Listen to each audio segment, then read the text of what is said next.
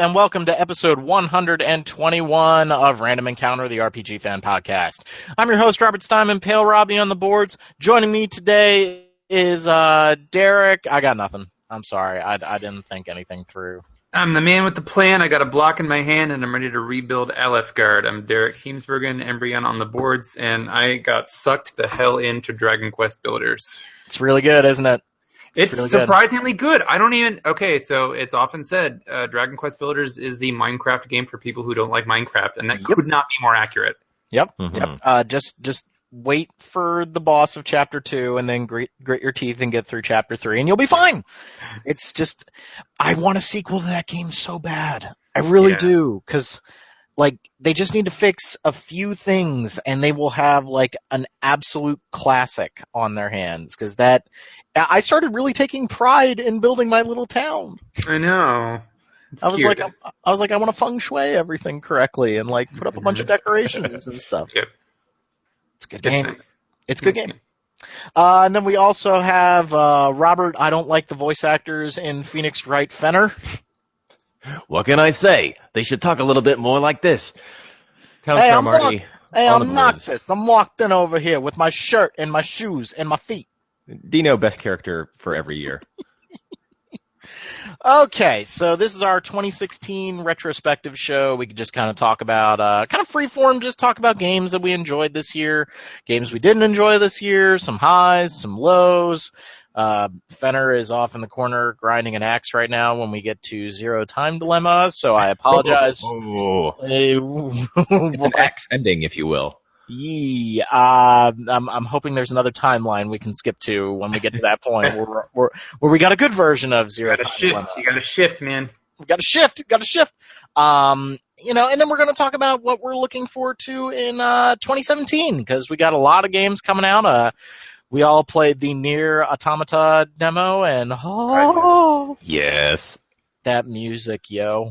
I know. That music. So yes, we have lots and lots to talk about. Derek has a list of things to talk about. Derek, take it away. You want me to start off?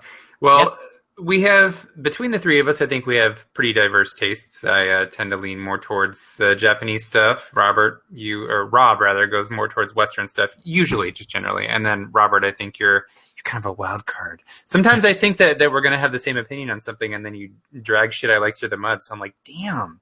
Whoa. It's not that severe. No, I think we're on pretty similar wavelengths for the most part. But I have a list of stuff. Oh, are you Monokuma right now? That's what I was going for right there. It came out a little bit. That's another game we're going to talk about. We're looking forward to. And there were a lot of really great games this year. Shing! Sorry. All right, I'll stop. Rob, I know you'll get to why you think that this wasn't necessarily your year in gaming, but I think there was still a lot to like for everybody, and there was some stuff that released. Like, I know that Xenoblade Chronicles X released right at the tail end of last year, and it didn't get included in a lot of Game of Year discussions. We put it in ours, if I remember correctly. I think so, yeah. This is my incredibly brief shout-out to that, because that's a good game, even if it does falter in some ways. But, 2016 was a year full of RPGs. It seemed like there was a big release coming out every couple of months. It was a Final Fantasy year. Those are always big years, and it's been a long time since the last offline Final Fantasy release, because, 13 came out in 2012 or 2013? No. Wait. No. I was in grad school. It was 2009, I want to say. 2009 in Japan. It came out the same time as Resident Evil. Jesus. Okay. Yep. They were released on the same day, in fact. Okay, well, apparently I know nothing. I see worldwide release here was March 2010. So, oh my God, yeah. Wow, yeah, I can't believe it's been that long. So, 6 years since the last offline Final Fantasy release, and of course we don't subscribe to the philosophy that 14 is not a proper Final Fantasy game, because it is, and it's fantastic. I gotta admit, looking at all that stuff for what is it, Stormblood? I was like, oh man, I might have to do this. Yep. We'll chat about that in a little bit. But there was a Final Fantasy game that came out this year. We had a new Pokemon game, mainline Pokemon, which is always a big deal. It's been a while since the last main generation game released. I remember I was still rooming with a friend back when X and Y came out, so it's just kind of like, wow. It's been some time. We saw the conclusion of the Zero Escape series, which we have pretty mixed feelings about. But anyway, I'm getting ahead of myself just a little bit. So I will start. Maybe we can just kind of take turns going through games that we really liked this year. Yeah. One of my faves from this year, should be absolutely no surprise to anybody, was Trails of Cold Steel 2. Because, damn it, I'm just an unabashed Falcom fanboy at this point. I love pretty much everything they put out. It doesn't really seem to... they seem to manage to avoid the tropes and the cliches just enough for me to keep getting sucked into these worlds and wanting to know what's going on with their characters and everything. But Trails of Cold Steel 2 was interesting just because it came out in a year that had such high-profile releases like Final Fantasy 15, and yet I still felt like it stands toe-to-toe with them. Or I feel like it stands toe-to-toe with them because it's just well realized. I've talked endlessly on this podcast and elsewhere about why Falcom's world building I think is so good and why I have such a deep personal affinity for that series. But Cold Steel 2, I just think when I compare Cold Steel 2 to something like Final Fantasy 15, which isn't necessarily a fair comparison because they're very different games, I see Cold Steel 2, a game with ostensibly lower production values, just having so much more heart, so much more character, and so much more depth to its world narrative. And again, they are totally different experiences. But did you guys play that on Vita or PlayStation 3? I played it. I reviewed it on Vita, and the Vita has some performance issues. It's not enough to break the game, but I think that PS3 is by far the preferred version if you can spend the time in front of a TV. Okay. I'm playing it on PlayStation 3, and there's still performance issues there. So yeah, it's better. It's though. probably fine on Vita. I've compared them. Yeah. Oh yeah. Yeah. It's worse on Vita by quite a bit.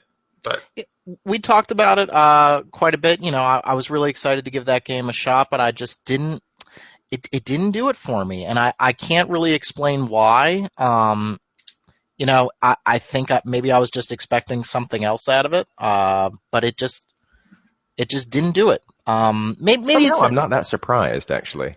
But now why did I like Persona so much?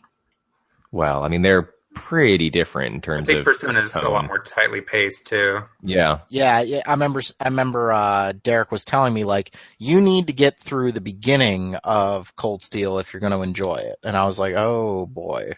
There's a lot of places in the Trails games, and Cold Steel in particular, where like I feel like you could cut certain segments out and it would be a much like smaller and probably more masterfully directed experience, but like I didn't really mind those segments, but I could see how it kind of held it back from being, appealing to others who wouldn't be super invested in that series. I can agree with that. I think it's because the core parts are so well designed that I'm able to not just put up with those sorts of sections, but I can kind of appreciate them for what they are. But I think you're right. They are a little superfluous sometimes. It just sort of feels like fat that could be cut away, could be left. I could take or leave, basically, those parts. And I think about something else like, we may discuss this later on, but Steins Gate Zero, which we just discussed in the last episode. I know that you're playing it as well, Robert, and I find that game could cut out easily 25 to 50% of the writing, of just the sheer content, and be a much better game, because it's the kind of game where the bloat isn't doing it a service. It's just sort of weighing down the entire experience. Whereas Trails, I think that if there is bloat, it's sort of manageable because I already like what's going on so much, Yeah, and some of that's optional bloat as well. You don't have to do all of the side quests, but I mean, I do because I want to. But that's not really the case in something like Steins Gate, where it's you're reading essentially a linear book on screen. Mm-hmm. And of course, those are so different again that it's not necessarily fair to draw comparisons between them. Just sort of an idea that I had. Yeah. And now Cold Steel 3 is going to be PlayStation 4 exclusive. That's right. Say? Yep, and I think that's fantastic. No, I think that's a good thing. I think they don't really need to do the whole save data transfer thing because Cold Steel 3 is going to represent. Yeah, enough of a narrative break. Okay. It's still the same. There are a lot of the same characters returning, but if Cold Steel 1 and 2 are about anything, it's the story of Class 7, those core characters who are at the heart of the entire tale and how they're sort of finding their way in a a nation that essentially eventually descends into war. Cold Steel 3 is going to be, it still has those people like Reen is still important, but we don't know if he's the protagonist anymore. It seems like he's not. And so I think it's removed enough that we don't need to like carry over character levels or anything because it wouldn't make sense. And I also think it's time to leave that hardware behind, because if they're going to make any more games, I think the PS4 is where it's at, and enough people have next gen consoles. Mm-hmm. And considering how poorly Cold Steel 2 runs on Vita, I don't want Cold Steel 3 on Vita, especially not with the newer engine that would probably run worse. I think that's one of the reasons I'm holding back on playing that game, because I'm like, I was really looking forward to playing this on my Vita, and then Derek told me bad things.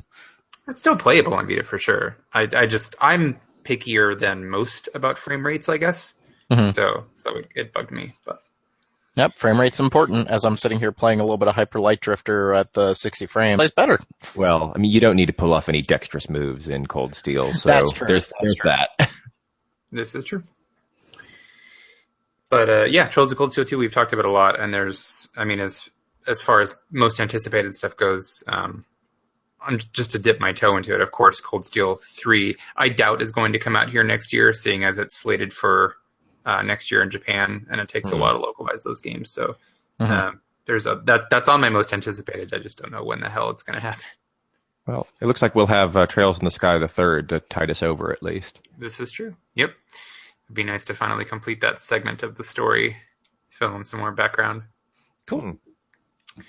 All right, Rob, what's the game that you really like this year? Man, so, I think this was one of those years where this was maybe a little bit more for the people interested in the JRPGs, a little bit more than myself. When we were talking about Game of the Year stuff, and this podcast will be going up at the same time as you can take a look at our Game of the Year winners, I really didn't have a whole lot of emotional investment this year. Like, I played games that I liked. There's still a lot in my backlog that I haven't gotten to yet. I know I was so happy with Tyranny at E3, but I still haven't had a chance to sit down and actually play the damn thing, so I can't speak to that. I guess the only game that really came up again and again in my thoughts, even though I scored it kind of harshly, was Dragon Quest Builders. That game surprised the living crap out of me, because when they first announced that looked like it had just been built in a marketing meeting made by like the shiftiest executives. Like, what are the kids into these days? Well, I hear the kids are into Minecraft. All right, well, what else are the kids into? Dragon Quest. Oh, let's combine the two. Like, and it ends up working, and it worked very, very well. And even though I had big problems with that game, like the boss fights are terrible and Chapter 3 can just go to hell, that game is so unique and so fun. It is able to tap into just the right amount of nostalgia, just the right amount of new, and in the middle of this like Dragon Quest renaissance that we're having right now, like to have something that different was really, really special. And I think our generation doesn't really get Minecraft. I think we appreciate it, but we don't get it the way like kids that started playing that game when it first came out get it. But having some direction in Minecraft was the best possible formula, I think, for older gamers like us. And I really want to see a sequel where they dip into that more. Like, there was one part where I didn't want to fight a bunch of those night enemies. And so I made myself like this huge sky bridge to just go over them to the next objective. That's awesome. And it was this really emergent moment of gameplay of just like, this is what this game does so right. And I really hope they incorporate more of that into, like, I think the combat in that game is boring after the first hour that you've played it. I think, Derek, you're in the middle of Chapter 2 right now. Mm-hmm. At this point, you're probably really tired of like batting things around in that game. There's just nothing to it. It's just it's terrible. It's just awful. Like, I'd be fine if it wasn't there. Yeah, honestly, like there's cute monster designs though. They are really cute monster designs, but at some point I'm just like, just get rid of it. Like, I dislike the combat so much that it was a burden. It was something I did not actively want to engage in, and that's kind of a serious shame, but that's all I can really say about it. And I wonder how differently I'd feel about the game if it didn't have combat. To me, it sort of seems like a a part of Dragon Quest's DNA that you just can't separate out. So I'm not entirely sure if I would like that if they took it out or not. But I'd be. They just handled it differently. Yeah, Maybe, I think there are a couple hints at cool things they could have done. Like eventually you'll get ice bullets and fire bullets, and those hurt, ice and fire monsters respectively, and that's really cool. I like the idea of like putting down a brick on the ground when an enemy's charging at you, and like they slam into that and then you can attack them. They needed to do more of that. And instead, like especially chapter 3, they just end up giving the enemies like massive hit points and you will want to kill yourself. Like it's just not fun. But the building stuff is really fun. Mm-hmm. Yeah, it reminds me of the best parts of games like dark. I get kind of a dark, cloudy vibe at times because it's sort of you have to complete towns within a certain framework, but you still have the freedom to mess around with it and tweak it to suit your own design sensibilities. I get some of that. I get some like Animal Crossing, Sims almost with like in chapter 2 you have to heal people who are sick. But it's not that involved. It's just like you have to get the thing that they're asking for. So it surprises me that so many kind of layers go into that game and it works as well as it does. And it just feels to me, it feels kind of clean. Like it just seems well designed and there's not a lot of unnecessary stuff happening. Like if you want to add certain decorations, you can, but you don't have to. The bosses, I do agree though. I've only fought the first boss, but I just felt like it was kind of a pain. And it's like something that they were fighting to make work within a system that doesn't work with it. Yep. Yeah. I really want to see a sequel, and apparently it sold very well, especially in Japan. So I think we will get another game. I just, make with the good. Like, do the things that game did well, focus on that stuff, and I think you could have something really, really special. But I think I was a little bit harsher on that game than a lot of people.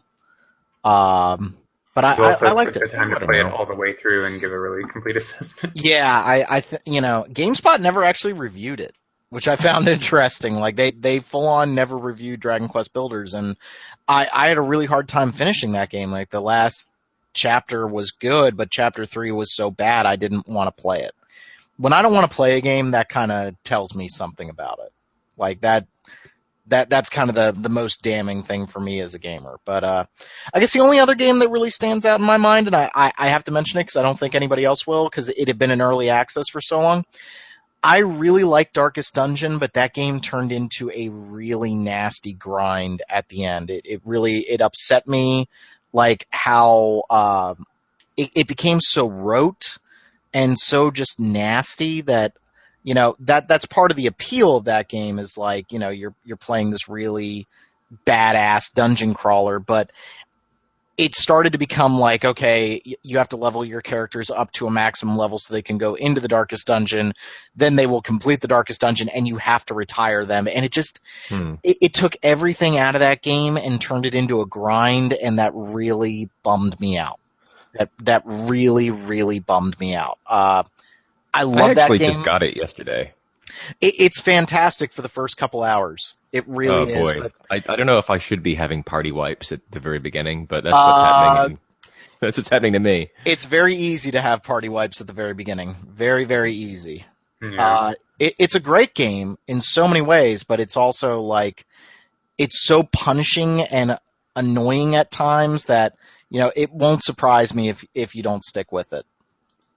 I remember you recommending it to me, and I also picked it up just a couple of weeks ago. It was on sale on PSN, and I played it probably for 2 or so hours, and I thought it was interesting. But then my boyfriend really got into it, and he's put like 20 hours into it since. So I've seen a lot of it be played and heard a lot of shouting from the other room, and he's like, "Damn it, not again!" So there are some moments that are just like really, really nasty. Like one boss, a boss that actually turned me off on the game for like a month. It was one of those moments where like I didn't realize how screwed I was until I got to the boss. Like I had a party that was basically like, you should not be playing this boss with this party, and that really bummed me out. Like I don't want to be punished for the way I'm playing a game, and that's kind of what they did. And I don't know how you fix that. I don't know how you fix a game that's built around permadeath to not feel like a grind, but they just kind of lost Rogue Legacy.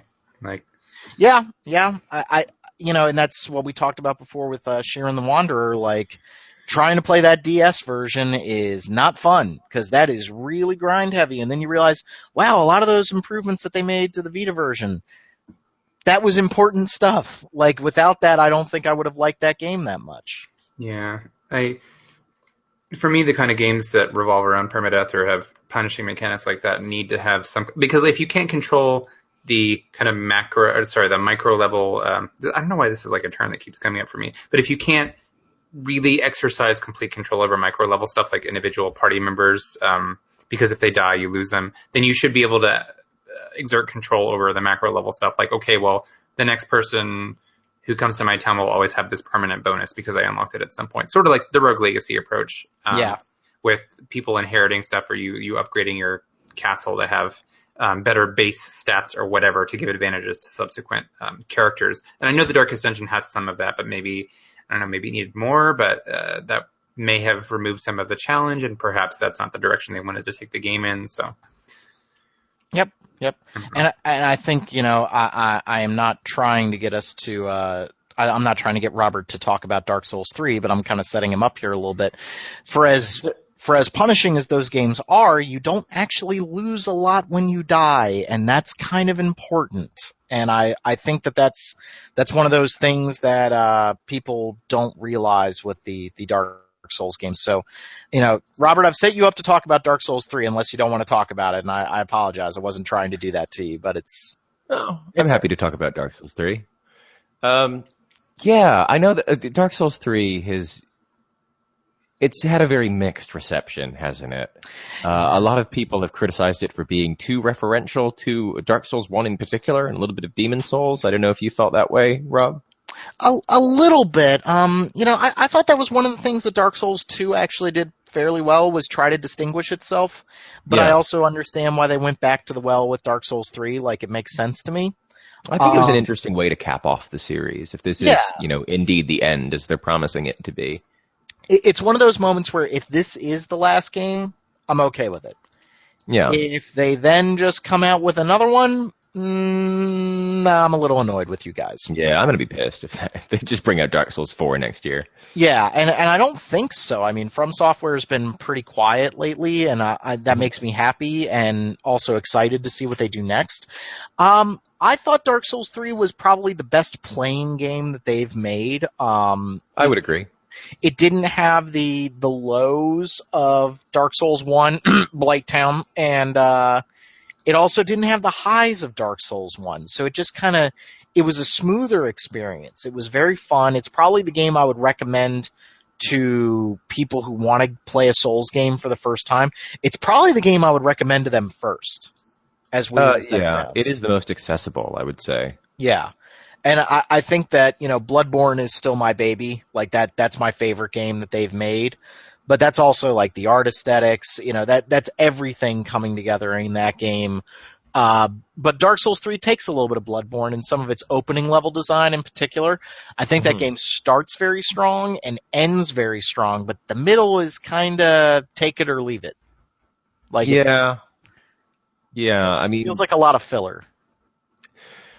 Yeah, I don't know really. I mean, there were some segments that I really liked. I really liked the cathedral, and I liked the forest leading up. Like the cathedral? I love the cathedral. You are so wrong.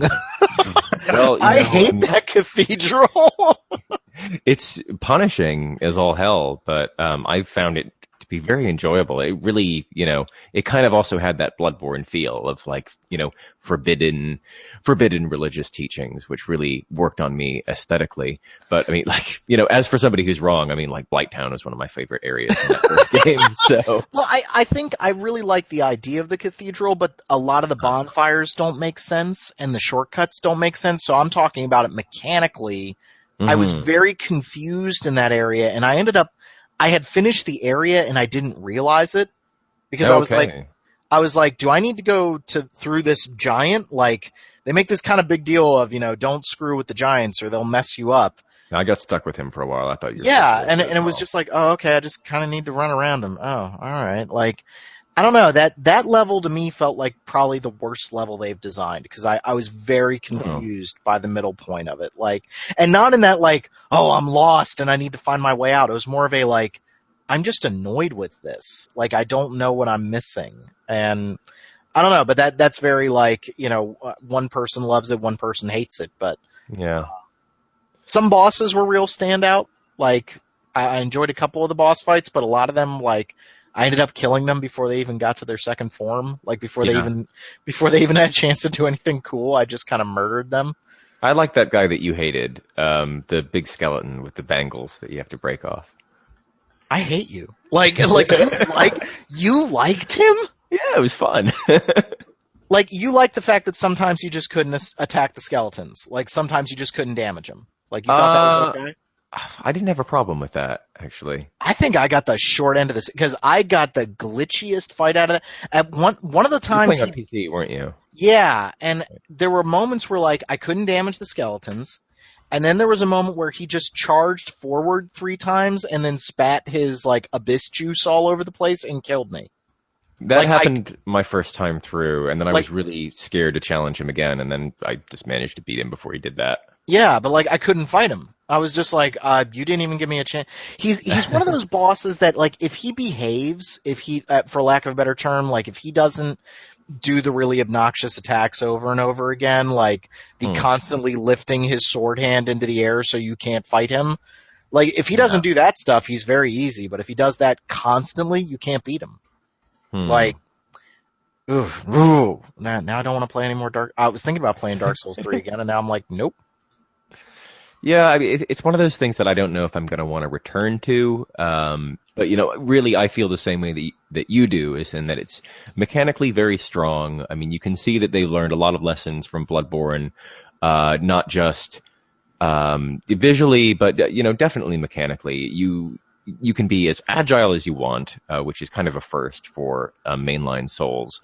And I didn't really, I didn't mind the referential bits. I mean, some of it, like the Demon Ruins, I felt was a kind of weak and meaningless callback. But some other things really worked on me. Some things that were, spoilers and I can't mention.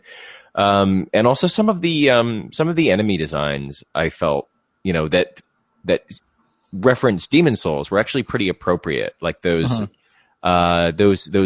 fat religious ladies with the evangelists. Oh yeah. Bibles. And their outfits are callbacks to the fat controllers of Demon Souls, but the context that they're in the world of like spreading this wicked religion to these inbred people in the outskirts of this kingdom to try and twist it to the church's benefit, it really worked on me. So thematically I found everything pretty interesting. It just, as you said, it just didn't have those high highs and intrigue that Dark Souls 1 had, or Bloodborne for that matter. And did you like how the Demon Ruins just kind of ended? Yeah, there was nothing to get down there. It was just this area. Like this area. I thought when the first DLC was announced, maybe it'll be for the second DLC, but I was like for sure that's where the DLC was going to start. Like, because that area just doesn't feel complete. That is just an area that you're just, like Derek. You're just going through rooms, and then you just get to a room, and it's like, well, I have nowhere else to go. And that's it. That's it. Like, it's a bit of an effort to get down there too. It was bad. Like, but again, I think that game has a lot going for it, and it was fun. But I want new from Software. I want to see those mechanical lessons put in. A new setting with some new twists. Yeah. So, it was good. It was good. It was better than I gave it credit for, but, I think, the reaction was mixed. I think people are now a little down on it where they were really high on it initially. But then again, that's kind of what happened with Dark Souls 2, isn't it? Like, people loved that game when it came out, and then all of a sudden everybody was like, nah. I don't know. I've kind of heard a lot of people talking a lot of sugar about Dark Souls 2 lately. So I think the opinion may have changed again. I I like Dark Souls 2, but I think the boss design is a little lame, but I kind of like how it was willing to do its own thing. Like, I think those 3 games are kind of interesting in their own ways. So we should stop talking about Dark Souls before somebody gets mad at us. Dark Souls, huh? Not Never saying heard of it. Derek, that wasn't saying you. That's saying, some of our listeners who get a little pissy if I bring up the Dark Souls. Like, tune in next week for the new Dark Souls podcast. Yes. Yeah. Way to knock us down from 3 listeners to 2. What the hell? I'm sorry. I'm sorry. Derek, what else did you like this year? I liked a lot of stuff. You know, a game I didn't expect to like at all was Tokyo Mirage Sessions. Yeah. I thought that game was going to be a pile of crap, honestly. I've said so when we had our discussion earlier, but I honestly thought it was just going to be the shallowest, most sort of tropey anime fanservice-y schlock. But it turns out that game has really endearing characters and the most outrageously good production values I've seen outside of the Persona series. Like, it's probably the best looking or best designed game in terms of user interface I've seen since Persona 4. Or at least it totally meshes with my tastes. Like, damn, that game is just brimming with character and personality and life.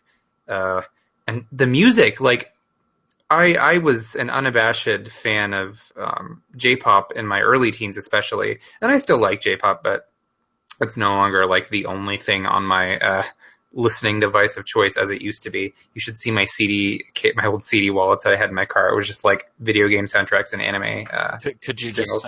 Could you sing all of Cruel Angel's Thesis at a moment's notice? I could sing a lot of it. I knew it! Yeah, I still love that song. I know, but, we all do. Yeah, but, it's weird. And Tokyo Mirage Sessions had that effect not just on me, but on the people around me. I was playing it in front of friends who had no experience with either Fire Emblem or Shin Megami Tensei, and weren't necessarily big anime fans, but they were like, whoa, this game is so colorful. Like, what the hell is that? What are those flashy moves? And I remember beating the game, and when you beat it, you can access movie viewer. You have to actually start a New Game Plus and then get far enough into the game to go to, like, the hub office, and then you can rewatch all of the cutscenes throughout the game. I'm sitting there with, like, 5 or 6 friends at 1 a.m. on a weekend night, and they're like, dude, let's watch them all. Just watch it, keep going. This is so cool. So we just watched all the little music videos in turn, and everybody was totally into it. I don't know what it is about this game that has this sort of transcendent appeal, but it makes J-pop really fun, I think, and accessible. And it's an upbeat game, and it's not perfect, but I really had a great time with it, and I think it defied a lot of people's expectations from some of the reactions I saw on the web. Kind of hope that gets some kind of port to the Nintendo Switch, because I would really like to play it. I'm not buying a Wii U for it. Like, that just ain't happening. Yeah, it has the whole text message thing in game, which is one of the few uses of the Wii U gamepad I've been really happy with. I just don't like having to hold on to that massive thing. You mentioned, because this was a supposed dual project with Fire Emblem. I'm kind of surprised at how little I've been hearing about the new Fire Emblems this year when it comes to, like, reading other websites, Game of the Year awards, and retrospectives. Did everybody forget that Fire Emblem came out this year? Oh, no, I didn't forget. I've said since not day one, but since I played that right after release, that I think those games are incredibly weak. I think really? Some of the weakest Fire Emblems to come out. Yes. Do tell a little bit here, because I liked Fire Emblem Awakening, but I got so incredibly frustrated with it because it was either way too easy or way too hard. Awakening is a much better game than these were. Okay. Give me a little, take me through it. Tell me the tales of the shepherd. Like, explain this to me. Go ahead, Robert. Well, I've only played Conquest, which I played for review, and I mean, I don't know. I mean, Fire Emblem stories have never been the bomb, but I mean, I found it's especially trite and unlikable this time around. But just gameplay-wise, I mean, it just it didn't do a lot for me. In the same way that Awakening seemed to kind of revolutionize that formula. I know that Conquest was meant to be more of a throwback to like the harder earlier games in the series, but it felt like, you know, instead of really presenting a real thoughtful challenge, it just kind of seemed like they were enforcing arbitrary limitations and conditions on you that, you know, would just make you fail when a certain number of turns elapsed, or Are you talking about Conquest, you said, right? Yeah, I've only played Conquest. Okay. It's funny because the general reception seems to be more positive towards Conquest because people like the variety of mission objectives beyond just, you know, kill all the enemy units. And I had some frustrations with the battles in that game too, but that wasn't, for me, that was just sort of like, it was just exacerbated by a plot and characters I didn't like. So that was the main thing for me. Yeah, I think Conquest in particular is supposed to be this game with, it's got a really interesting premise, and the idea is that you're basically playing the bad guys. So you're playing a Fire Emblem game where you're having to do horrific things on behalf of the sort of villainous empire, but ideally or ultimately you want to change it from within. You want to beat the evil by sort of cooperating up to the point where you have to, while also making changes. And I think nice idea in theory. Yeah, but I think it falls utterly flat because the problem is the writing. So the game has all of these characters that they want to sell you on very quickly, and they want you to be able to pair them off into these relationships by sort of exaggerating each of their one or two character traits so fast and so enormously that it's like, okay, I get it. This is the guy who, I mean, from Awakening, an example is like, this is the guy who likes lollipops and he's a thief. Okay, that's his entire character. And there's, of course, a little bit more to it than that, but Conquest, well, this entire new series does the same thing with these characters that don't actually have much personality, despite how quickly they seem to come on and have them. There's just not much below the surface. And the biggest problem is that Conquest, for me, is a game, the problem I have with Conquest is that it's a game that's supposed to be talking about the atrocities of war and sort of being subversive by making you perpetuate some of those atrocities for the sake of the greater good. And yet, death is not treated with any gravity. Like, it's just sort of like, oh no, how horrific, the village is being slaughtered. And then they immediately move on. It's like you get like 2 lines anytime some major event happens, and sometimes characters die without really any build-up, or it's like I don't have time to get attached because they're not well written enough. And I also don't feel like, it's also totally goddamn absurd that the characters on the Conquest side think that their father isn't just an evil tyrant. Like, are you just working for Skeletor, and it's just like, oh, whatever you say, Dad? It's like in Sword of Mana, where the characters are ruminating over whether Dark Lord is truly evil. Oh God! You know, the guy's name is Dark Lord. Yeah. Well, I mean, Derek, if you're looking for nuance and people dealing with death, there's a little game called Tactics Ogre. Let us cling together. Oh, yeah.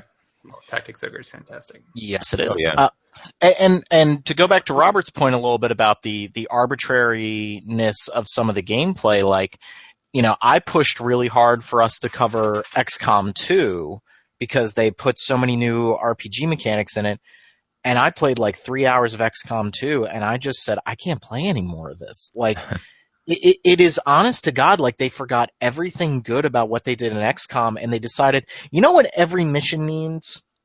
We need to have a term limit. You need to finish this mission in 9 turns. And it's like, so now you've just made a super stressful game about precision movements and permadeath, and you've added a clock to it. And I'm like, no, I'm not going to do that. And like that happened to me with Fire Emblem Awakening when I pumped the difficulty up because normal was just so piss easy. Like I was just steamrolling this game. I pumped the difficulty up, and then I got to a mission where like all of a sudden reinforcements came from behind and slaughtered two of my dudes, and I would have had to restart the mission. And I was like, well, how was I supposed to know that was coming? Like, I'm not going to play any more of this. And it's just over and over again. Tactics Ogre and Final Fantasy Tactics got this right by giving you the ability to unscrew a situation. Like, right. You don't, if somebody dies in Tactics Ogre, they have 3 lives. So if you lose them in a mission, if you're not able to revive them, you can still keep them around. Like it's 2 more times before you lose them. And I think that, Fire Emblem did so much to kind of move forward a little bit with Awakening, but it kind of feels like they forgot what people liked about Awakening, if that makes sense. Well, they do have options. I couldn't ever really settle on a difficulty option that I really liked in Fire Emblem, which is weird. The most recent Fire Emblems, Fates. I kept forgetting the umbrella name for that series, Fates. I couldn't really find a difficulty option I like because it's either permadeath, which I find very stressful, and I've dealt with in past Fire Emblem games, but I was like, okay, I can have permadeath on, but maybe make it a little bit easier, and then I just sort of steamroll without any challenge. And then if you have permadeath off, it's just kind of like brute force everything. There's no need for strategy. So I just find that the game is it seesaws between the 2 extremes depending on which setting you choose, and there isn't really a happy medium for me, but that's just like a personal thing. I think that a lot of people were happy with it. That's how I felt about Awakening. And, I've said it many times on this show, but like everybody talks about how, you should play Fire Emblem with permadeath on. And I'm like, yeah, but then that also means that then you should kind of keep moving forward if you lose a character. What's the point in restarting a mission 10 times to make sure that all your people survive? Like, you're just making the game take longer. Like, turn permadeath off if you're going to play like that. Like, I kind of like the idea of rolling with the punches. I've tried to do that more, especially in my role-playing games lately. Like, I make a decision and it doesn't turn out the way I want it to. Instead of reloading a save, I kind of just like, all right, I made that decision. I did that with Witcher. I did that with Fallout 4. And I've kind of really enjoyed that, but then there has to be a level of fairness to it as well. Like, and I think Darkest Dungeon crossed that line a little bit, and I think that Fire Emblem Awakening, for me, really started to cross that line. Yeah. I think ultimately what it boils down to for me is I just think that Fates has a really bad story that it tries to pass off as something super profound. Oh, boy. And it's just not good. Notice in Conquest that, despite you being on, the evil side, like your hands are completely clean. Throughout, you never actually do anything bad, and also your protagonist is just an idiot as well. Early on, your emperor dad sends a henchman to accompany you to this village, and it's like, oh, this guy isn't evil with his bald head and his evil eyes, and he ends up killing everybody and throwing you off a ravine. And this isn't a spoiler. This happens like right at the beginning of the game.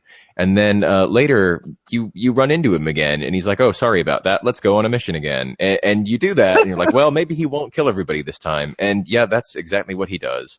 So it's the Dr. Smith from Lost in Space argument. Well, yeah, you've tried to murder my family 3 times this week, but I'm going to let you go, hang out with my son in the woods over there. Like, this seems He did say he was sorry.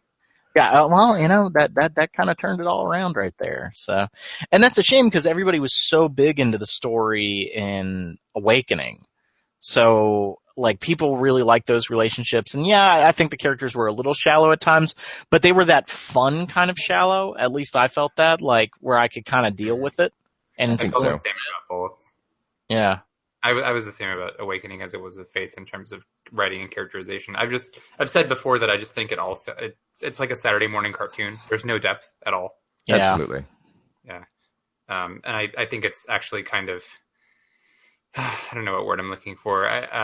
False. It's like falsifying the game's brilliance by trying to project all of this depth onto it that isn't there. Because I think a lot of people have tried to do that since it came out, and I've seen it appear on some Game of the Year lists and stuff, and I think people are spinning their own imaginary tale about what that game did and didn't do, which is, I know sounds harsh, I think, but that's one of those games where I feel like when I was playing it, I was just looking around at everybody else like, what the hell, are we playing the same game? Which I'm not trying to sound like, oh, I was a special snowflake and I saw the truth all along, but I just did not seem to jive with the majority on that one, and I guess Robert didn't either. That's kind of how I felt about a DLC that was released this year, Witcher 3 Blood and Wine, which I actually found it to be some of the weakest Witcher writing.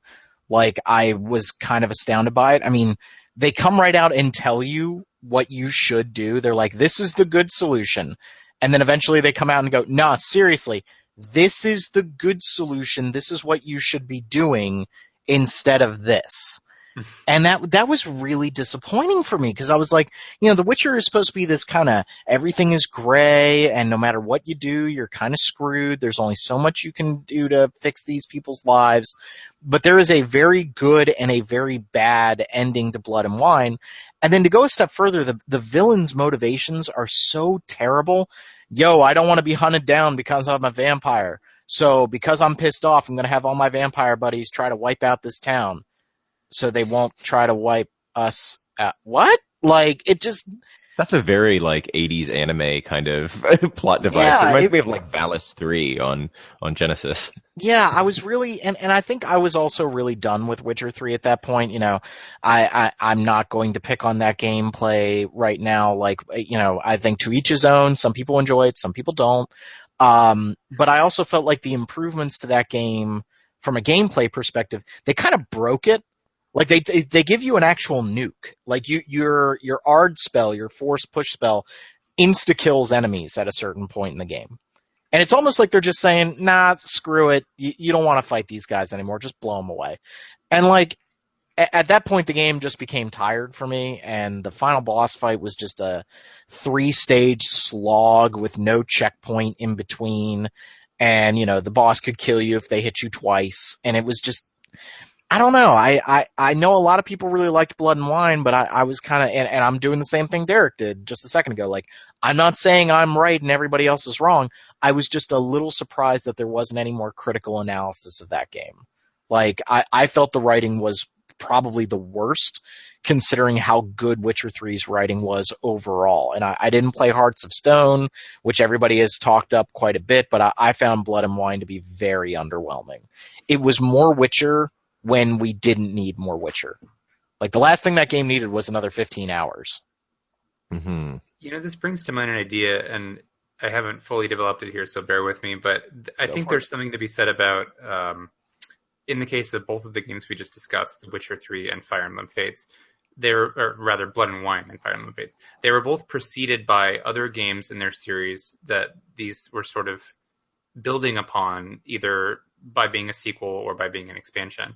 And I have to wonder if some of the feelings people have about the original games get pushed into their analyses of the follow-ups, because when you say that the Blood and Wine didn't have as sharp of writing, but it's still kind of the core Witcher experience, I have to wonder how many people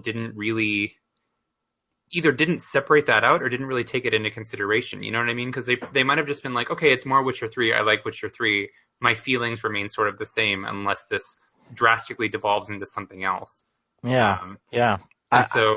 Because I'm thinking so many people like Fire Emblem Awakening, and then those same people seem to feel the same way about Fire Emblem Fates. So it's kind of are the changes too subtle for people to really take into consideration when they're comparing those games mentally? I don't know. I've actually been thinking a lot about that, Derek, and not to retread old ground that we've talked about on the past couple shows, but I was pretty down on Mankind Divided when I played it at first, because it did play so incrementally different from Human Revolution. It was the same game with a couple new things, and I was kind of I'm a little surprised that they didn't make a lot of improvements. And eventually I got into it and I started really enjoying it. And then on the other hand, there was, my take on Dishonored 2, which I think Jim Sterling and I think we're the only ones in the world that agree on Dishonored 2. We're the odd men out that are that game is very underwhelming. I really didn't like it. But I think the reason I didn't like it is some of the really good things in Dishonored 1 of the item placements and how careful you had to be, it felt like they kind of lost that a little bit with Dishonored 2, the key level design and putting the runes where they need to be and the bone charms where they need to be. It feels so much more haphazard that I'm not enjoying it as much. So yes, it's the same experience that I had before, but I'm not liking it. And now to bring Robert into the conversation here, because we're two Souls guys, I want to get your opinion on some of the Dark Souls expansions and the Bloodborne expansion, because I hated the Dark Souls 2 expansions. I despise them. I think that they are everything that's wrong with Dark Souls 2 ratcheted up to 11. Meanwhile, Artorias of the Abyss and the Old Hunters for Dark Souls and Bloodborne respectively, those fixed problems with the main game and they were enjoyable on their own. Like, people's biggest complaint about Bloodborne was not enough variety in weaponry. They almost doubled the number of weapons with Old Hunters, and they gave you 3 of the best boss fights in the game. Like, not just these are fun boss fights. 3 of the boss fights in the Old Hunters are the best in the entire game. Maria is incredible. Maria is incredible. Ludwig is outstanding.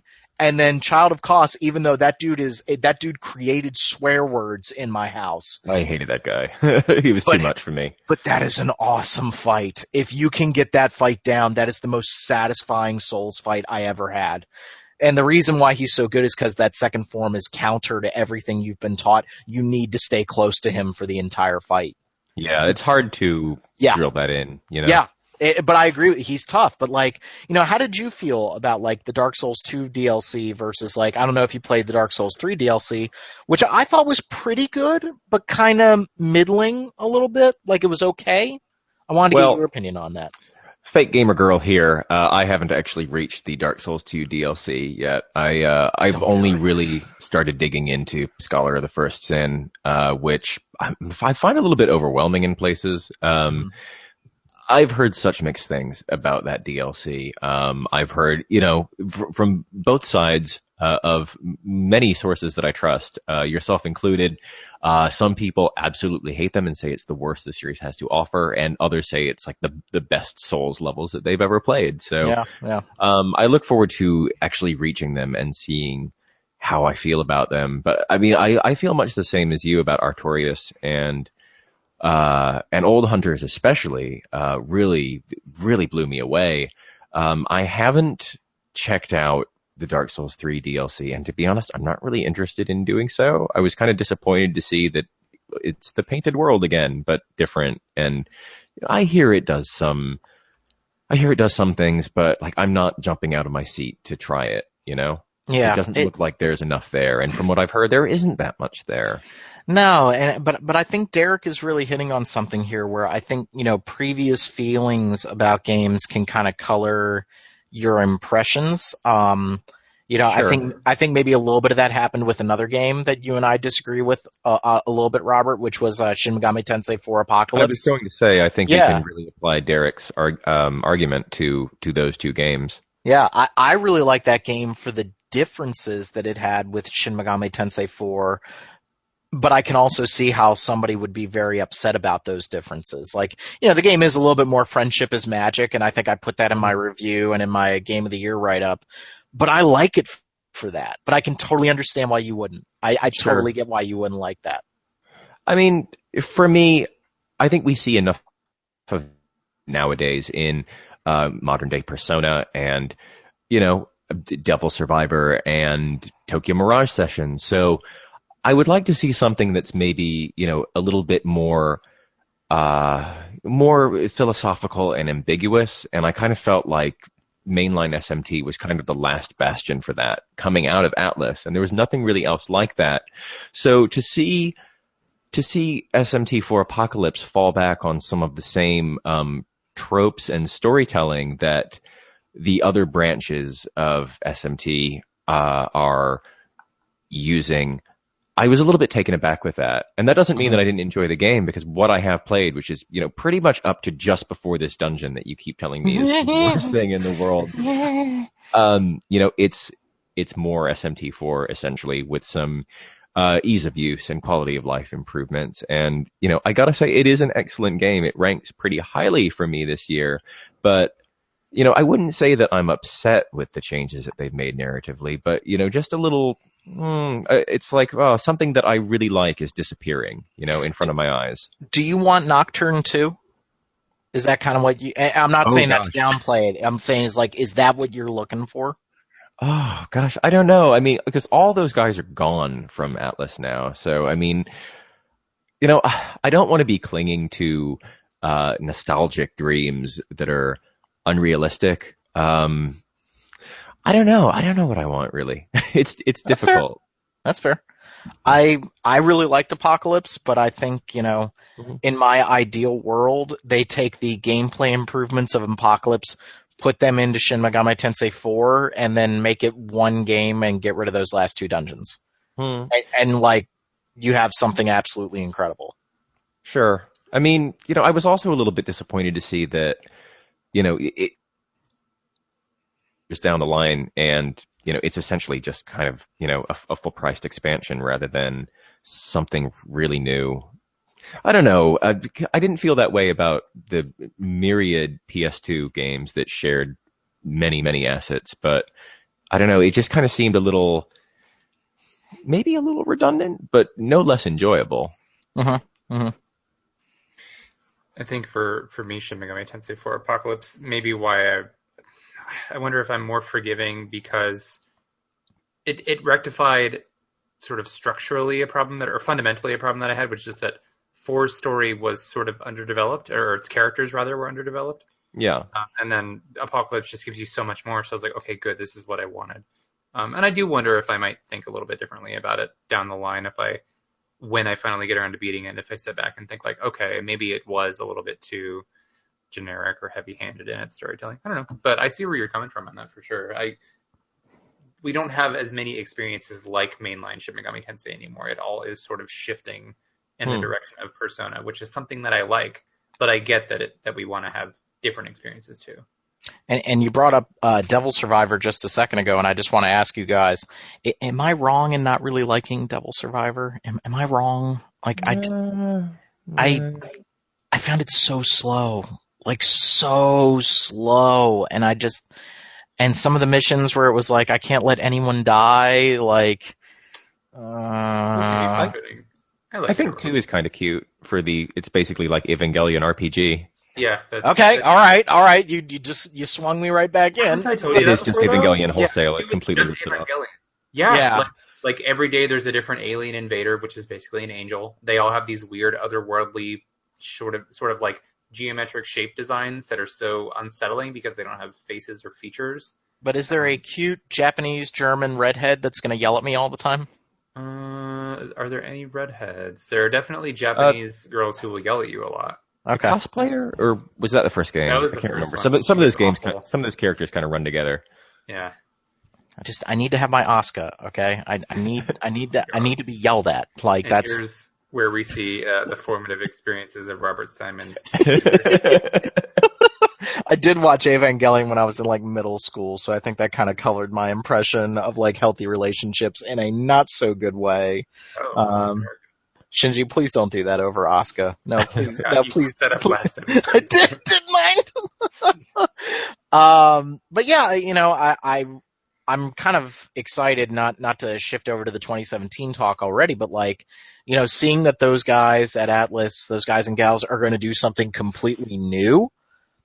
I'm really excited. Like, A new fantasy RPG project. yeah, I think that could be really, really cool. We haven't gotten something outside of Shin Megami Tensei from them for a long time, and I think that art design was already enticing. Like, okay, I want to see what you guys do here. So, but yeah, Apocalypse is weird. It is a game that I should have absolutely loved, and it should have been my game of the year. But man, when you guys get to those dungeons, just oh my good god. Well, I mean, I expected it to be my game of the year as well, and yeah, as you may have guessed, it's not, but it's probably, if I had to make a top 10 as opposed to a top 5, it would definitely be in there. Yeah. Well, one game that didn't end up on our top 5 of the year, and Robert, you stole my thunder on your write-up, so I didn't actually do it. I thought you gave it justice. Zero Time Dilemma. Wow. Oh. Man, I was almost going to put it down as my disappointment of the year, but I had to go with Dishonored 2. But like, man, Zero Time Dilemma, like you do so many things right and yet so many other things so wrong. Like, That's one game that I feel like I'm shifting a little bit more towards the negative the more I sit on it and think about it. I am too. Yeah. Which may or may not be fair, because I think we have a tendency to, I mean, in general, I think human beings sort of let all of their memories or experiences of a particular thing coalesce, and we don't remember the individual moments as much sometimes. So when I think back on the game, it's been a couple months since we played it, and I think back and I'm just like, what were the really great moments? I can't remember, and I'm just left with this lingering sort of disappointment. Yeah. So I can't say whether or not how fair it is to really hate on it super hard, but there were some pretty glaring problems, and I think one of the biggest ones that I have expressed my disappointment with from the very beginning were the sort of weird camera framing and character models. Oh gosh, it looked worse than the last game. Yeah. Super bad. Yeah, that was ultra distracting to watch, like Junpei walk through a desk or something. Like, Anytime any action happens, the camera just pans to the ceiling, so you Yeah, just see some lights. and it's all Dutch angles constantly, so I feel like I'm watching Battlefield Earth, and like I can't get over that. And then without going into spoiler territory, but the fact that they used that to hide a plot twist that was so bad. So bad to the point that I thought they were going to come up with a reason why it was that bad. You know what I mean? Like they were going to explain it with something, but I was like, seriously? Like, you are all either the dumbest cast of characters I have ever seen, or this was just contrived writing for the sake of being contrived. And that sucked me out of the game. Like, that final reveal, I just said enough's enough. Like, that was supposed to be the moment where this game like stuck the landing and really got you like invested in everything you had just experienced, and it just turned me the hell off. It was the it was kind of the Interstellar moment where like you're getting up to a plot twist that's either going to make or break the movie, the game, and this broke it. But also, how about no spoilers? But how about when you finally find out who Fi is? Yeah, that was a little. Oh man, I think I'm okay with that. I think I was a little underwhelmed ultimately. I they kind of retconned something to make that happen as well. Yeah, I like that they put it that they tied that loose end up, but they didn't tie it up in a way that I liked. I didn't like the puzzle rooms that much. Like, and I was feeling okay. I was feeling burnt out.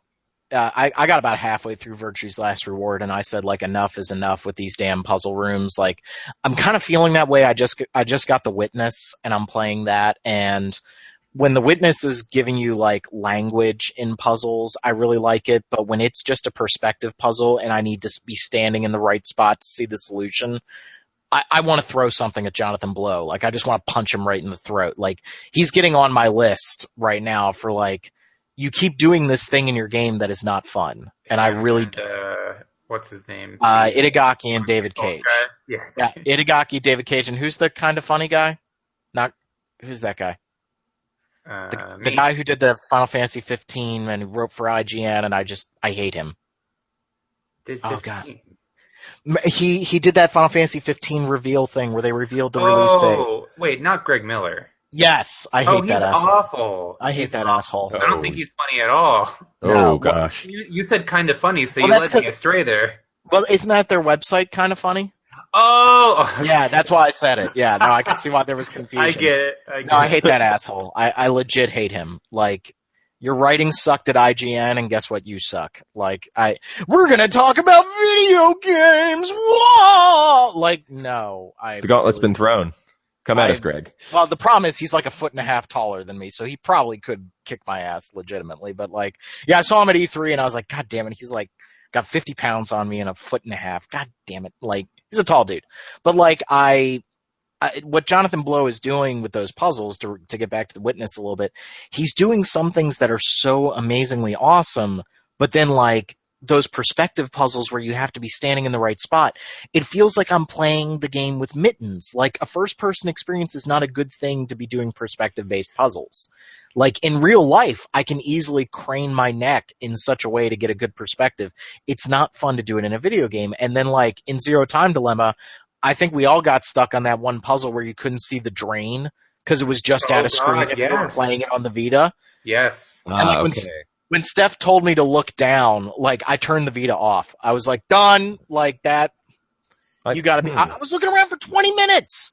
I played on 20 damn 3DS, and I didn't have that problem. I mean, although that game ran horribly on 3DS. I'm glad I got it for Vita. Yeah, it was awful. Yeah, I definitely had problems with that puzzle. I'm excited that now they can do something different. Like now they've got the baggage clear. It's kind of like, okay, you guys can do something new. You don't. It's kind of like the Kojima stuff. It's like now Kojima doesn't have to worry about Metal Gear anymore. He can do He's just something making Metal new. Gear again, though, isn't he? Really? Well, the rumor is that Death Stranding is Shadow of the Colossus. So I don't have any idea what the hell he's doing. But he's got my boy Crush Mads Mikkelsen, so I'm on board. Like, hmm Yeah, I want to see how that game plays before I really give into the hype. oh, you don't want to buy a $2,000 statue for a game company that hasn't even released a game yet? Oh my god. You don't think that's a little presumptuous? And I'm good. Yeah. No, Yeah, it's fascinating. I need to see what kind of game it is. I know. No, this whole cult of Kojima. The dude hasn't made a game I enjoyed since 2004. There, I said it. You didn't like Revengeance, right? We talked about that. No, I did not. I We really. didn't make that anyway. I you want to didn't? give Okay. that. So Oh, that was fun. I want to give that game another shot after playing the Nier demo, but I really didn't like the camera in it. I really didn't like the camera in it. And we'll talk about Nier in a few minutes. But no, I haven't liked a Kojima game since Metal Gear Solid 3. So you didn't vibe with 5? I vibed with the gameplay of 5, but that game is not finished, Yeah. and that game is very repetitive. Yeah. I love the gameplay. I love the enjoyed playing gameplay. it. It is the best playing stealth game I have ever played, but there was no reason to play it. Like, the scenarios were boring, the boss battles were atrocious, and the story was utter shit. Yeah, it's not a finished game. I don't necessarily blame him for that, but that game is not finished. So, but we got to get back to Just like another game that came out this year that should have been way better than it was. Oh God, which one are you talking about? 15? Yeah. I still need to play more of it. I haven't. I've been waiting on patches. I kind of want them to. You might be waiting a while.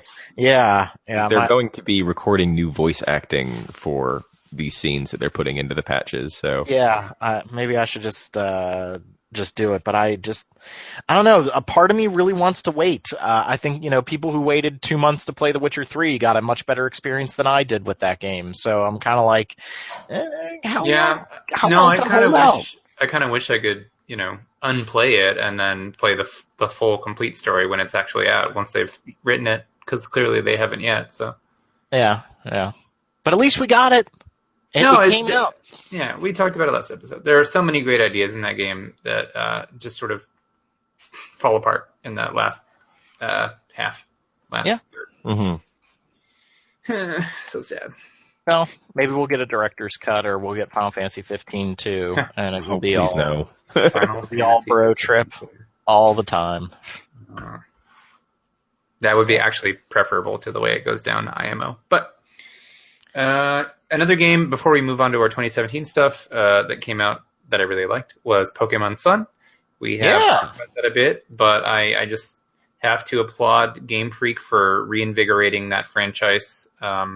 It doesn't change the core of Pokemon. Pokemon is still very much the same, but they've done a lot to bring it into the next generation. And I think if there's one thing the game is really lacking, it's a robust post-game. I think some of that is going to be fixed when the Pokemon Bank opens up in January, and we'll be able to start bringing in our old Pokemon. But as it is, I mean, completing the Pokedex has always been a pretty significant post-game challenge. And not everybody does it, and understandably, because it's a big undertaking. But I know quite a few people who have completed their Alola Pokedexes because it's not hard. You basically just need, it's like going back to Red and Blue again. You just need one friend with the other version, and you can get the few Pokemon you're missing. And there's only like 5, maybe a few more than that, that are version exclusive. They're probably a little bit more than that. But it's really not hard to complete. So besides completing your Pokedex at the moment, there's not really that much to do, and it's not like Pokemon is a series where they can patch in new modes and stuff, or at least historically they haven't. So right now the only thing they really do besides completing your Pokedex is going to the battle tree, which is sort of a gauntlet of hard fights that you can do. So it's fun to continue raising your Pokemon or whatever, but it feels a little thin compared to previous games that had literally 700 plus creatures to catch. And of course now, once you can use Bank, then it's like, okay, let's add the Alola Pokemon, and we've got 800 something, or I have no idea what the total is now.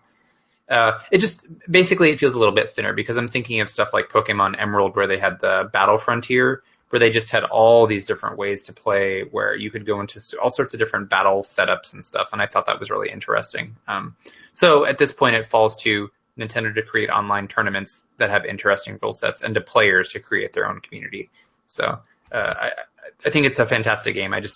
I'm a little sad that I'm not hooked into the post-game stuff, because I beat it, and ever since I did the little amount of post-game story, I've just been like, meh, whatever. But I loved it while it lasted. I just want more reasons to play it, I guess. I feel like I might play that this summer. Like, Dragon Quest VIII is on the horizon in just like 3 weeks, and I need to keep my schedule clear for that on a handheld. Is it that soon? Oh my god! I know.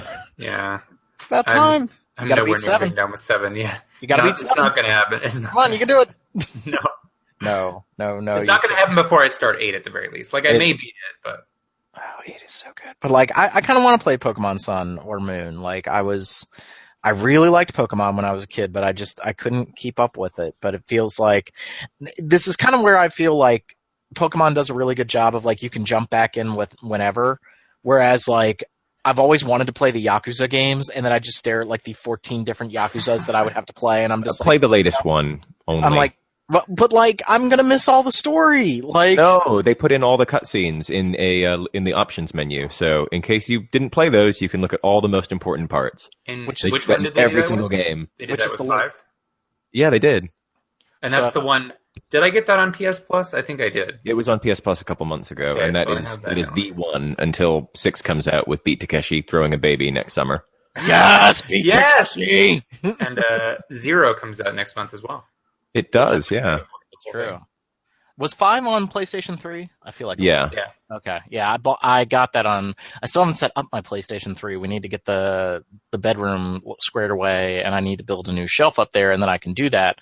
But I bought that on PlayStation Plus when it was free, so I can play it at some point. I would like to play that game. That game is just so quintessentially Japanese. Like the very first mission in Yakuza 5 is you've taken somebody else's cab fare of a rival company, so you have to like buy a gift and go over to the cab firm to apologize.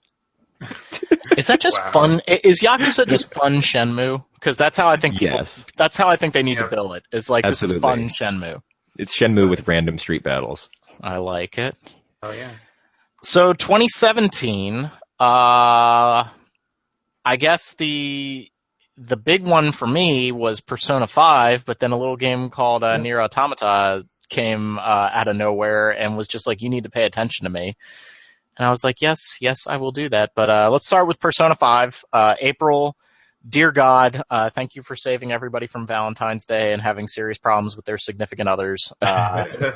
That was a potential train wreck waiting to happen. But I kind of like delay it again. I kind of like that the internet has not ruined Persona 5. It seems like everybody has kind of taken a vow of like no spoilers with that game. Like, you're not saying these are the top 5 plot twists in Persona 5. If you go to the wrong places, you will find that. Luckily, I've steered clear of it, but I will break my damn computer monitor. I'll go to their house and break their damn computer monitor. Well, I was able to steer clear of all that stuff when it came to Westworld, but like then you would read articles about how the internet is destroying Westworld, and I'm like, no, I'm actually having a really like easy time not having that show ruined. Like,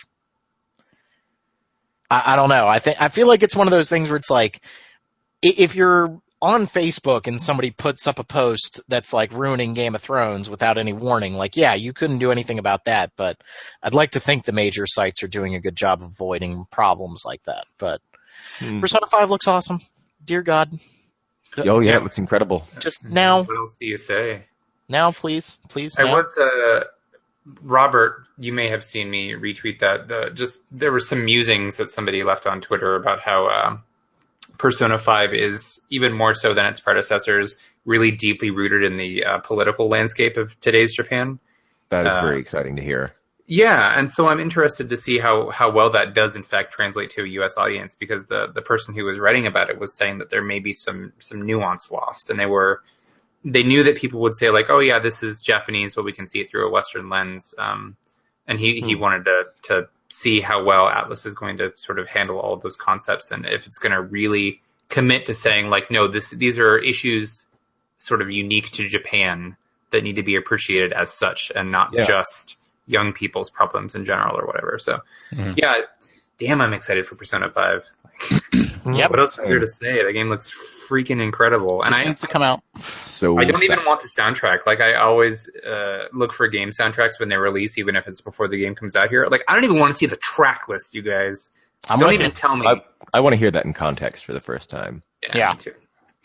But I guess now we got to talk about the demo that came out last week for Nier. Yeah. Holy crap. Go ahead. Bayonetta RPG. Hmm? Bayonetta RPG.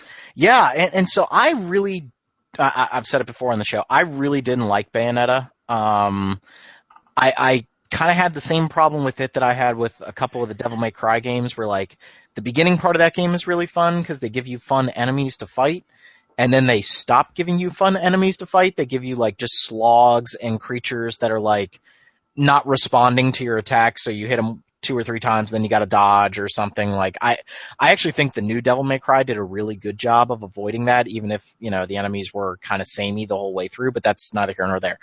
But holy crap, Nier is awesome, and it also reminded me that every game needs to give you the option to remap all of the controls the way Nier does. I'm playing the game like Dark Souls.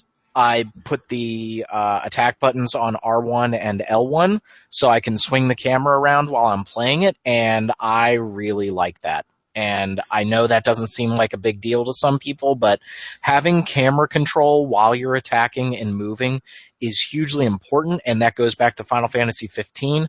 I enjoyed that game way more when I changed control schemes. I was not liking that game at all until I was able to move the camera and attack or dodge at the same time. You know what That else is huge. here Automata does in terms of convenience or accessibility is I really like that they worked in a good narrative reason to give you control over your interface. Yep. Because you're playing as an android, so you can choose which chips you want to put in to show Yep. certain parts of the HUD. That's brilliant. Did More you games should let you do that. Like, because I remember Xenoblade lets you do that. It lets you remove the on-screen indicators for button prompts, or like what you need to do when. And so depending on how familiar you are with the game, you can choose to like, you can say, and Nier Automata takes it a step further. You can not only say, okay, I don't feel like I need HP gauges because I know these enemies' health well enough. I know it's going to take this many hits. You can replace those slots with things like increased strength or whatever you want. So it actually rewards you for getting to know the game intimately, which I think is super cool. Did you remove the operating system chip? And it kills you. Yeah, it kills you instantly. Wow. I did think that was a little convoluted when I first got to that screen. It was a lot to take in at first, but I think it's one of those things like you'll get more used to it. The 8-bit map design, I absolutely love how it's like this 3D like voxel graphics, something out of like 3D Game Heroes for the map. That game is just brimming with style. I really hope, Derek said it in the pre-show warm-up, that game may go to hell in a handbasket, but right now I am so damn excited for it. Mm-hmm. Like, I need to know if there's going to be the PC version on day one, though. Like, I have a regular PlayStation 4, and the frame rate was pretty good for the most part, but it did dip a little bit here and there, and that's one of the things I'm not happy about with this split console generation. I'm not a big fan of that, so I would much rather just get the game on my PC and just run it at a constant 60. But Did you guys notice they brought back the weapon stories from Drakengard? Yep, saw that. That's brilliant. That game looks really good. Yeah. That game looks that shot to the top of my must-have list right now. Yeah, me too. Oh Me yeah, too. same. Yep. It plays really, really well. Did you guys find the music? Obviously, I mean, Did you guys find the dodging to be maybe just a little floaty? Like I couldn't tell if I just wasn't used to it, but there were some times where I really felt like I dodged and I got smacked. And No, it worked for me. I think it's maybe just I need to get used to it, but it feels really like it's got that kind of witch time effect where like Yeah, time very slows much down like for an that. instant and you know that you're hitting things. The bullet hell parts work, and the shooting in third person works. Like, it's just, whew. Yep. Good Lord. And I love how just disastrous that game looks. Like, from an art aesthetic, like, I just love that really run-down look. And the last boss of that demo was just like, this is ridiculous, but I love it. Like, I'm totally into this right now. This is, It's very fitting for that world they've created and very true to the sort of design aesthetic that Yoko Taro's games have had. I just hope they don't screw it up. A little part of me's nervous, like that demo was just like all the good stuff. Well, Right, I wonder because I had such low expectations for Nier, and I found Nier to be a really clunky game, but it pays off in terms of story. So I just wonder if this is going to be like, have they learned, and will they rectify all of those issues, or will it still kind of have its own jank you have to put up with to get to the good stuff? Well, but I mean, if the demo's any indication. Shit. If Platinum are doing the nuts and bolts and Yoko Taro is just able to concentrate on the narrative, I mean, that seems like that's the ideal formula. I mean, I feel the same way as our own Alana Higgs, who wrote up a preview of the demo, that, it's a little bit too early to tell if it's going to have that sort of kind of crushing melancholy that Nier had. I really hope that it does, but I mean, it is pretty hard to gauge at the moment. Mm-hmm. Yeah, that's what I want out of it. I want it to be that kind of dour, insane fourth wall breaking. Like, have fun with it. Just go nuts with this game. Like, that is one of the best demos I've ever played. Like, I have repeatedly played that demo and loved it. Like, we didn't even talk about the music yet, guys. Yeah, I said it. But we didn't. I was humming it. I was like around the house. I'm like doing the dishes and I'm humming it. Like, freaking great. Somebody put up a YouTube playlist of all of it that I've just had on. Yep. No, I'm really into that game. March cannot get here soon enough, and hopefully I'll have that game nice and completed before Persona 5 comes out. Mm-hmm. Man, golly. It's going to be a good start of the year. I get a Resident Evil game in January, guys. Looks like it's going to be a good one, too. It looks really good. I'm really, like... Remind me to tell you something about that one off mic. Oh God. I've seen a lot of people data mining the crap out of that game, so I'm trying to avoid spoilers. No spoilers. Okay. I'm excited for that one, but I think 2017 is going to be a good year for gaming. We got a lot coming out. We talked about Dragon Quest 8, Dragon Quest 11. The more they show of that game, like, my body is ready. Like, I need that game now. Might be a while before we get it. Like, it could be upwards of a year or 3. But that game looks great. I was a little surprised. It didn't look like there was voice acting in the Japanese version. I was a little surprised by that. There was no voice acting in the original Japanese 8 either. Right. And I think that that's one of those things that, like, we talked before about Dragon Quest 7. If they would just give that game a modern user interface, like, I think everybody would lose their mind over it. It's a little clunky and a little, I hate putting things on putting items on my guys, like, and having them, their bag is filled, so now where did the strength seed go? Like, I hate that crap. I really do. Like, Dragon Quest needs to knock it off with that. I get it. I get that that's tradition, but that's not fun. Like, just knock it off. Diablo 3, we get the Necromancer and the Darkening of Tristram, which is the Diablo 1 aesthetics and music, and they took out some of the frame rate for Diablo 3 to make it look jankier like Diablo 1, and it looks great. I'm really excited to play that. Diablo 3 is still that game that is just infinitely fun to play, and they keep supporting it. So maybe a Diablo 4 announcement next year, who knows? It would be nice. Well, it seems like Atlas are not announcing anything before Persona 5 comes out, but I'm hoping maybe 2017 we'll get it, maybe an announcement and even a release of Etrian Odyssey 5. That'd be cool. Be real nice. Yes, Yuzo Koshiro's soundtrack is once again excellent for that game. You guys think we get Kingdom Hearts next year? Hell no. Maybe like summer 2018? Maybe. I have to wonder now, based on the the reception Final Fantasy 15 has gotten and their new sort of pledge to add more to it. I wonder how much of their development, how many of their development resources are going to be funneled from Kingdom Hearts 3 into that. Because they've said previously that they didn't want to work on Kingdom Hearts 3 sort of in full force until 15 was done. Right. And does done mean out on retail shelves, or does done mean everything year that later. they're doing? Yeah. So I just wonder if that'll affect it at all. And they may have entirely separate teams, but I don't know. It seems like Nomura, got his knuckles wrapped a bit for, not putting out 15 or versus 13 when he should have. So I'm wondering if they're going to trust him and, give him free rein to spend all the time he wants on 3. I mean, I don't doubt that it's going to come out at some point, but, I'm wondering if, I wonder about the production of that game. The little bits they've shown look very impressive. I mean, part of me wants to play that 2 HD remix when it comes out for PlayStation 4 because I really like Kingdom Hearts 1 and 2. I think those are really fun games. So we'll see. But I think that game might be a little far off, and Square Enix is also having some serious success with their Western games. I mean, we had Deus Ex Mankind Divided this year, which was really good, if not finished. So that was a little bit of a bummer. Hitman's doing very well for them. Rise of the Tomb Raider, which I played a little bit of, but Derek, it's just like you were saying earlier in the show. It's so damn similar to the first one. I'm like, I could take it or leave it. Like, it's good, and I'm digging it, but like, I don't feel the need to finish it because it's practically the same game.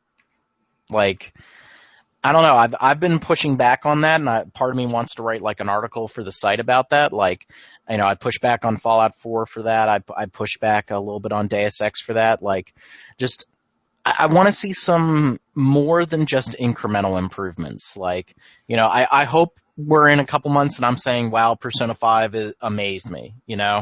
Like, I really hope that's the case. I hope so too. I think it will. Let's see what else is coming out next year that's good. Horizon. Oh God. Oh yeah, I forget that we covered that. Whew. That looks good. That looks really, really good. Friggin' fantastic. It just looks gorgeous. We might cover the new God of War. We haven't decided yet. I think we need to see more of it. But who would have thought we'd be excited for a new God of War game? Yeah. Who would have thunk it? We've got Tales of Berseria comes out in January, and while I don't have incredibly high hopes for the story, it's another one of those. Yeah, the battle system I know for a fact is fantastic. Having played it at E3, and then I downloaded the demo again on my Japanese PSN account just to see if it was any different. It's not. It's great. Is that the latest game that's getting some censorship controversy and giant air quotes right now? Kind of, but not really. Like, okay, so there's not actually anything to have controversy over. Basically, as far as I'm aware, there was a scene in which a character was stabbed to death, and they changed it so that instead of being stabbed, the character is like magically killed. Hugged. Magically hugged. Yeah, so that was it. And I know a lot of the initial concern was over the main character Velvet's outfit, which is like a tattered sort of leather corset thing, and it shows a lot of underboob. Yeah, so people were upset that they were worried that it was like, oh my god, they're going to censor it or whatever, but they didn't. They kept the costume the same, so it was just that one scene, and people are making a mountain out of a molehill. So did they remove any vagina bones? Have any vagina bones been removed? All vagina bones are present and accounted for at this time. Okay, I just wanted to make sure. I know Dragon Quest VIII got a little bit of controversy because I think it was in the original Japanese version, Jessica's one revealing bikini was changed.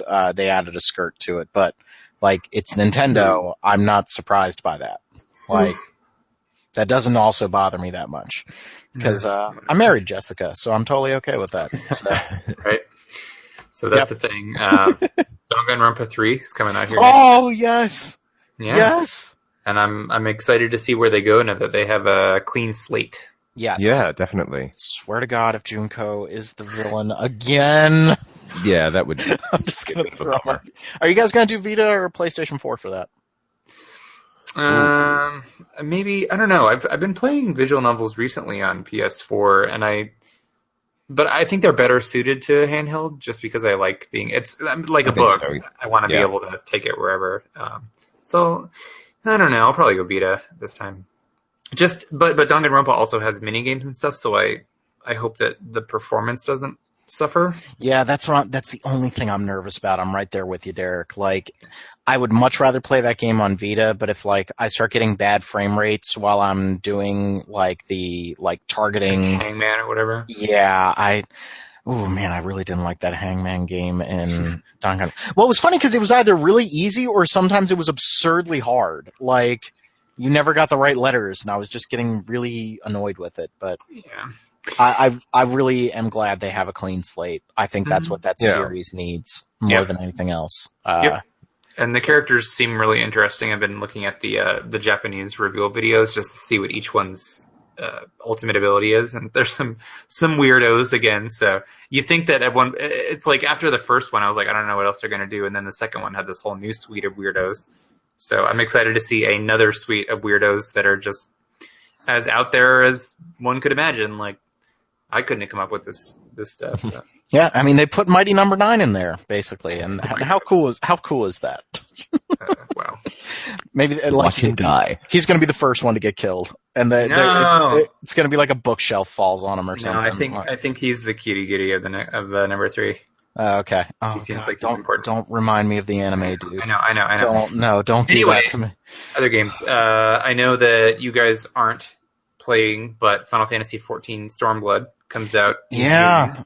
I need to get into that. I really want to give it a go. Would I enjoy it as a single player experience, or am I just not going to dig it? Well, the thing is, you're forced to group for dungeons and instance content, but it auto groups you with people, so it's not like you have to sit around actually, like shouting in a town saying, "Is anybody available to do XYZ?" You can do all the dungeons by auto grouping. It's fine. A lot of the time, honestly, people just don't talk; they just run through it and do it. If you're doing story stuff, people are probably going to be more willing to chat with you. But it tells a fantastic story, and the writing is so good. It's worth going through just the storyline, and then when you're done, you can drop it. Like, you don't have to do any of the end game grinding for better gear stuff. Like, at this point, you will get everything you need just by progressing through the story. And if you don't want to go through all that, which I don't know why you wouldn't, but they're going to be they're going to be selling basically like potions to let you jump to where the current expansion begins, like to jump a character to level 60 and then jump ahead, like get all the story flags cleared so you can just go into the new expansion and then rewatch everything from your in room, which is not something I would ever do, but there are people out there who want to do that. So I wouldn't recommend it, but the game is not hard to get into. I think it's the most accessible MMO out there, and there's depth if you want it, but you don't have to. I just think the story's so good. Mm-hmm. So Stormblood adds, of course, it's going to have a new story. It's going to raise the level cap, which is cool. Looking forward to seeing what kinds of new abilities all the jobs get. And then it's going to have new jobs. They just announced that one of them is Red Mage. So that's something people have been asking for a long time. I've never been especially fond of the Red Mage archetype, but this one looks pretty interesting. They fence with rapiers. So they have like a fencing sword, and then they're holding a magic medium in the other hand. They look pretty flashy. So it's Final Fantasy XIV, and Naoki Yoshida historically does great things. So it looks cool. Oh, and they just announced you'll be able to swim and dive underwater in the expansion. Ooh. Which is pretty cool. The preliminary screenshots they put out reminded me a lot of Chrono Cross, actually. So I was like, because it's just like these beautiful coral reefs and like emerald green and blue underwater areas and stuff. And I was like, oh yeah, that's my jam. So you're saying I should just do it? Yeah, I mean, you have a lot of options. There are RPG fan people across a couple of different servers, so at the very least, you've got us. Don't get me wrong, it's a time commitment, but if you just want to get to the story, it's not that bad. It's like playing an offline Final Fantasy, in terms of length. And so predictably, I'm also excited about all of the Xseed/Falcom offerings next year, and not just Xseed, because Tokyo Xanadu, that's going to be coming out courtesy of Axis. I'm curious to see how their localization approach differs from Xseed's. I'm sure it'll be good, because historically Axis stuff has been good. But we've got that. We've got Trails in the Sky 3rd to cap off that trilogy, which is super exciting. And then there was an announcement recently that the PS4 version of Ys 8 will be releasing in Japan this May. It's surprising because it took them almost a year. I mean, by the time it's out, it'll be like a year from the Vita version's release. And they were initially supposed to be simultaneous, as far as I know. I think so. They're enhancing the graphics and stuff. They've released some promo screenshots that show it's different. And it does look a lot better. So I'm curious to see what else they add. I know that they're adding like some kind of a new mode, like a town defense mode or something that's different from what's already in the game. I don't know. But since Ys 8 is coming out for PS4 in Japan this year, hopefully we'll hear some rumblings soon about an English release. Ys Origin is coming to PS4 and Vita sometime early next year as well. Yes. You want to play that again? That's my favorite one, so I know it wasn't Rob's favorite. Well, it's the only one I played, and I liked it. I just didn't finish it. I don't know. It was one of those, like, I appreciate this, but I'm not going to keep playing it. Nothing bad. I didn't hate it. Yeah. At least I don't think I hated it. Did I hate it? No, I didn't hate it. I don't think you hated it. That would feel real good on Vita. So, yeah. If you haven't played that, do play that. I think games like that I would rather play on my Vita at this point. Like, I'm very strong about wanting to play those games on my Vita. But well, guys, 2016 was a weird year in a lot of ways. Good in some, bad in others. But overall, I think we're excited for 2017. I think that's fair to say, and we got a lot of games coming out, and we're going to keep this party rolling with more random encounters. We're definitely going to be talking about lots and lots of good games. Nier, now, please, now, Nier, now. And then we've obviously got to talk about big old Persona 5 when it eventually comes out. So we are going to be busy this year. Very, very busy.